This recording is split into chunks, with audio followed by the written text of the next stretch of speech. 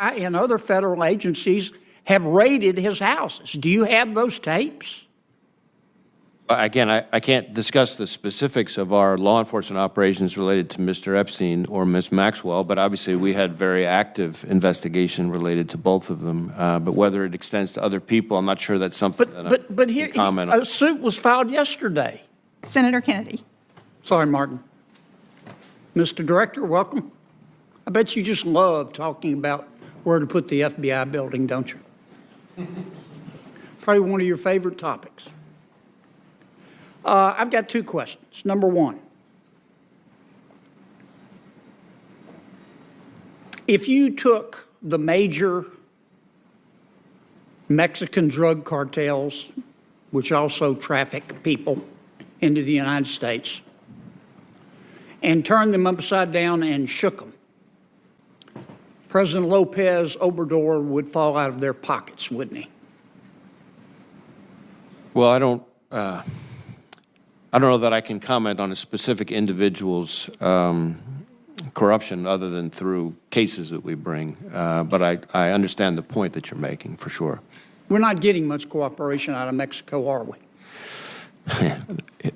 Let me put it this way. While we have had some successes here and there in terms of extraditions and so forth, and I appreciate those, and I'm grateful to our Mexican partners for those, especially at the working level, we need a whole lot more from Mexico than we've gotten in terms of shutting down the cartels and stopping the flow of the precursors. I mean, I could go on and on. So I'm grateful for the successes we have had, but we need a heck of a lot more, is the way I would answer that. Why don't we use leverage of what I call NAFTA 2 to try to encourage the president of Mexico to cooperate more? Yeah, I mean, NAFTA, of course, is a trade agreement, and I'm not really an expert on trade relations. Certainly, from an FBI perspective, we welcome every tool in the toolbox to try to improve the relationship and the cooperation, and I'm hopeful that the Mexican government will see the value of building on the successes we have had and take it to the level that it needs to be, because it's not where it needs to be. Okay. Here's my second question. We know that Jeffrey Epstein, who is now deceased, and Ms. Maxwell, his associate, who's in prison, were engaged in a conspiracy of sex trafficking with minors. So were others. It's been widely reported. What's the FBI doing to investigate the other people that were involved in these sex trafficking rings? Well, I'm not sure that I can confirm any specific individual. Well, let me put it this way. Let me give you some facts, widely reported. Jeffrey Epstein had video surveillance in all of his homes and on his private island. And there have been articles after articles from witnesses who have said he videotaped sex acts with prominent people because he was trying to incur, with young girls that he had procured to try to incur favor with those prominent people and potentially to be able to blackmail them. Now, that's a fact. And the FBI and other federal agencies have raided his houses. Do you have those tapes? Again, I can't discuss the specifics of our law enforcement operations related to Mr. Epstein or Ms. Maxwell, but obviously we had very active investigation related to both of them. But whether it extends to other people, I'm not sure that's something that I can comment on. A suit was filed yesterday against one of those prominent people by one of the young women sex trafficked, allegedly, said he was part of the ring. It's on the front page, I don't know, is this the New York Times, Wall Street Journal? And we keep seeing article after article after article, and we keep hearing about prominent person after prominent person after prominent person. I just want to know if these prominent people are above the law and are going to be, and aren't being investigated, or is the FBI investigating them?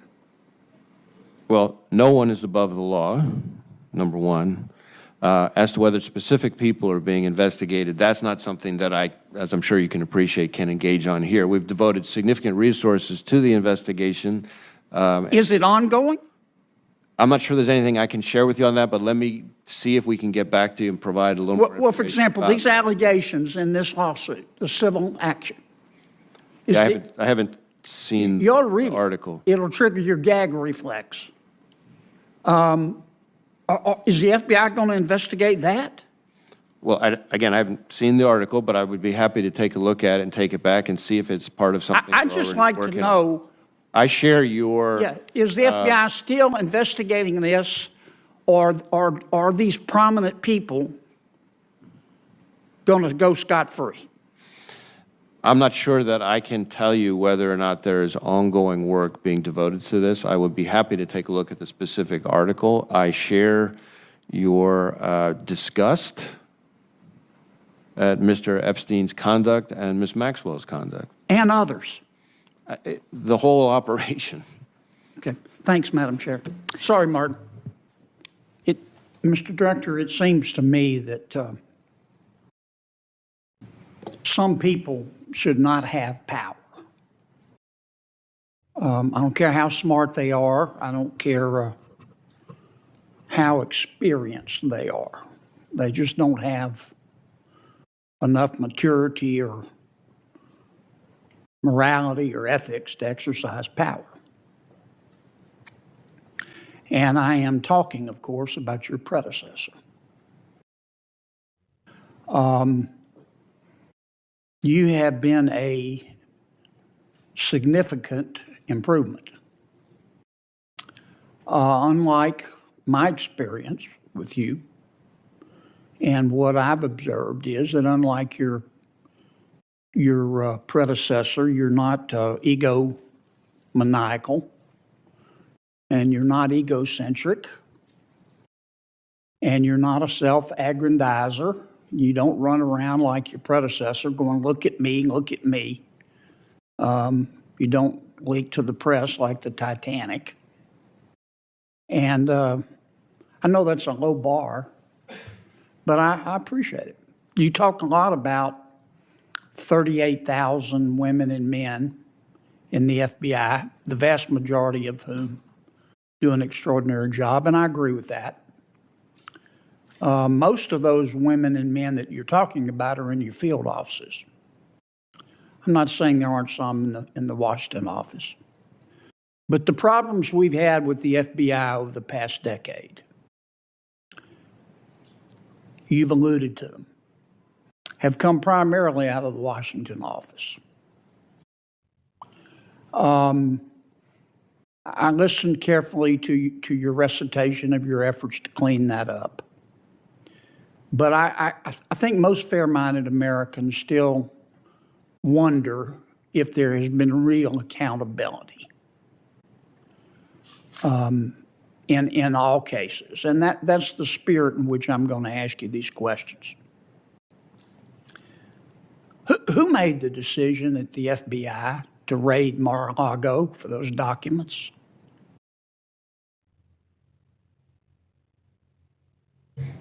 Well, I'm not sure there's a specific person that made the decision. It was the investigative team that was on that investigation, working with the prosecutors on the case. Why didn't you just do a consent to search and avoid all the drama? Well, You, but whoever made the decision. yeah. Well, let me try it this way, because obviously we are talking now about not just an ongoing investigation, that's not just an ongoing investigation that's being led by a special counsel, but an ongoing investigation being led by a special counsel that's in front of a court with likely very strong views about what it is I can say publicly, which gets at some of your gracious comments about public commentary about cases.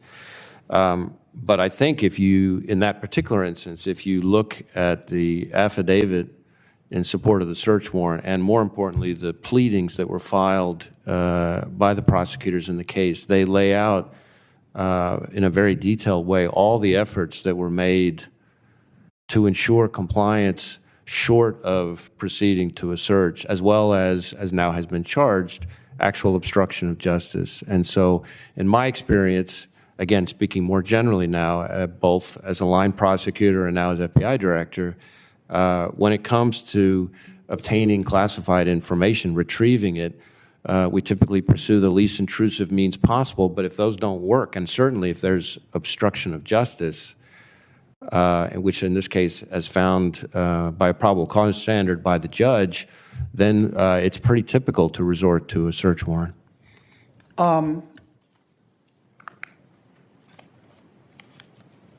Of course, as you know as well as I do, that the FBI cannot censor American speech.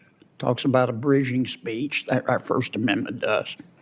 At one time, I think it was during your tenure, the FBI had 80 FBI agents working with social media,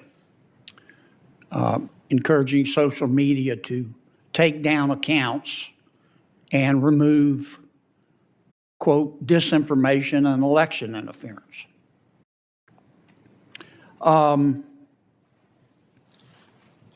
A district court found that the FBI and other agencies asked social media platforms to remove content and to change their moderation policies in a way that violated the First Amendment.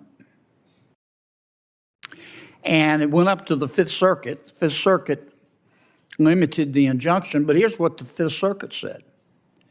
The FBI, quote, likely coerced the platforms into moderating content and encouraged them to do so by effecting changes in their moderation policies, end quote, in violation of the First Amendment.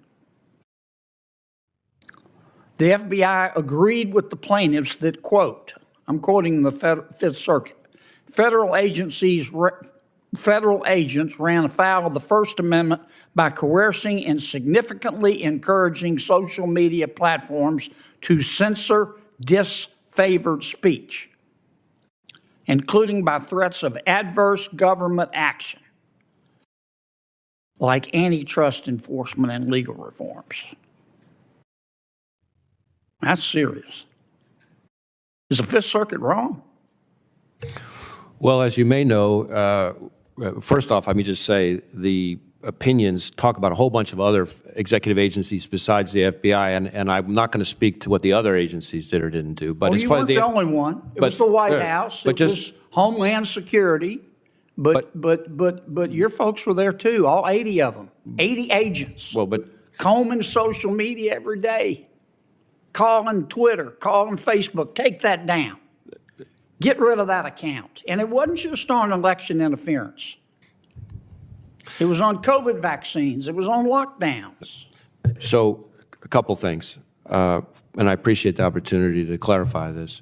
So first, on things like COVID vaccines and stuff like that, the FBI had no role in telling anybody to take anything down. In fact, as you may know, the FBI was the only agency back at that time, and the only agency in the entire intelligence community to reach the conclusion, to moderate confidence, that the origins of the pandemic were most likely a lab leak in China. We were the only agency, so we most certainly were not encouraging anybody to communicate differently on that. Second, even on the topics we did communicate with social media companies about, from everything I've seen, we in fact did not instruct anybody to take that information down. As to the Fifth Circuit's opinion, as you may also know, we actually hotly contest a lot of the findings, and not just the legal conclusions, but the actual factual findings, and the department has sought Supreme Court review, asked them to vacate the injunction. The Supreme Court's not only vacated the injunction, but granted cert, so I probably should leave it at that. Let me stop you a second. I've gone way over. I want to ask you one last question. We had a controversy during the election about Mr. Hunter Biden's laptop. And at that time, you had 80 agents interfacing with social media, doing whatever they were meeting. doing. The FBI had the Hunter Biden laptop got it on December 9th, 2019. The New York Post story,